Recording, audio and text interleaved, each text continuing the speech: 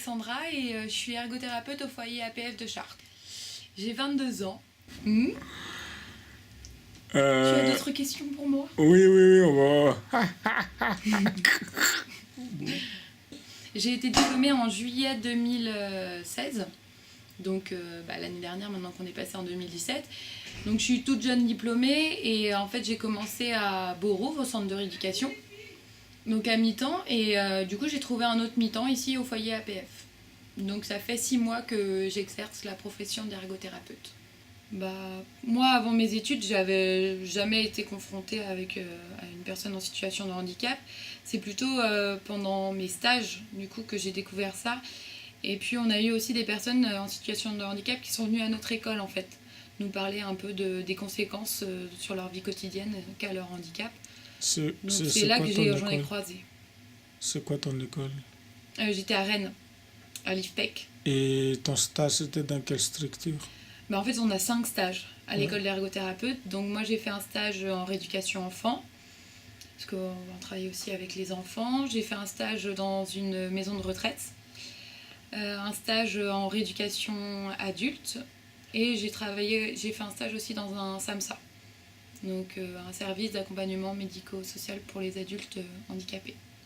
Donc j'ai vu un peu différentes choses lors de mes stages et j'ai croisé différentes populations du coup, parce que l'ergothérapie ça s'adresse aux enfants, aux adultes et aux personnes âgées. Donc c'est ça que j'ai bien aimé dans mes stages. Bon. Le métier d'ergothérapeute, en fait, je l'ai choisi pas par hasard, mais je savais que je voulais me tourner vers le médical pour avoir le contact avec les personnes. Et j'aimais aussi tout le côté scientifique, médical qu'on pouvait apprendre. Donc je savais pas au début, je voulais vraiment faire un truc du paramédical. Et donc j'ai fait des recherches, il y avait plusieurs choses, comme kinésithérapeute ou des choses comme ça. Et en fait, j'ai découvert la profession d'ergothérapeute en allant chercher un peu sur des sites. Et donc ça m'a intéressée et donc je suis allée sur des sites comme l'Étudiant ou des choses comme ça pour me renseigner. Et après j'ai fait une prépa du coup d'ergothérapeute pour entrer dans une école d'ergothérapeute. Et ça m'a plu tout de suite, donc j'ai pas fait le mauvais choix, mais c'est pas par vocation, parce que je connais des personnes qui sont en situation de handicap ou mes parents sont pas du tout dans le domaine. C'est vraiment moi qui est allée vers ce domaine-là toute seule. Alors, j'ai connu le foyer APF à Chartres grâce à une collègue de Beaurouve, en fait, qui a été ergothérapeute ici. Et donc, elle m'a conseillé d'y aller parce que elle considérait qu'il y avait énormément de besoins au niveau de l'ergothérapie. Et donc, moi, je suis venue faire un entretien ici. J'ai rencontré la direction. Et donc, moi, j'avais jamais fait de stage en foyer. C'était vraiment une découverte pour moi. Et en fait, au final, c'est une très très bonne surprise parce que... voilà, on s'attache quand même aux résidents et il y a beaucoup de choses à faire pour leur autonomie et leur indépendance. Vas-y. J'en parle. Oui, s'il te plaît, si tu veux. Je sais pas trop comment le dire, mais ce qui est bien dans l'ergothérapie, c'est qu'on peut travailler vraiment dans des milieux complètement différents. Et il y a plusieurs métiers en un métier, si je puis dire, parce que là, je travaille en centre de rééducation, je fais pas du tout la même chose qu'ici. Parce que ce qui est bien ici, c'est qu'on travaille sur le domicile des personnes, donc on peut directement adapter l'environnement. Alors qu'en centre de rééducation, on va plutôt essayer d'améliorer leurs capacités au départ pour qu'ils retournent chez eux. Donc c'est des environnements complètement différents et on n'agit pas du tout de la même manière d'un endroit à l'autre, quoi. Donc c'est très varié. Je vous conseille la profession. Voilà. Parce qu'il y a beaucoup de différences, hein. Je ne peux pas dire plus.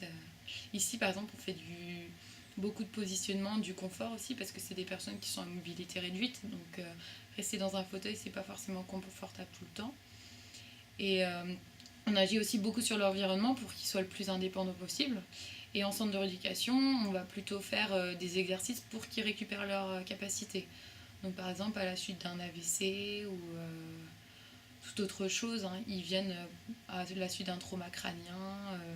Même là, moi j'ai des personnes qui ont une prothèse de hanche, donc on leur conseille les mouvements à ne pas faire dans la vie quotidienne. Donc c'est très très très vaste. Donc c'est pour ça que j'aime bien pratiquer sur les deux lieux, parce que j'apprends plein de choses des deux côtés.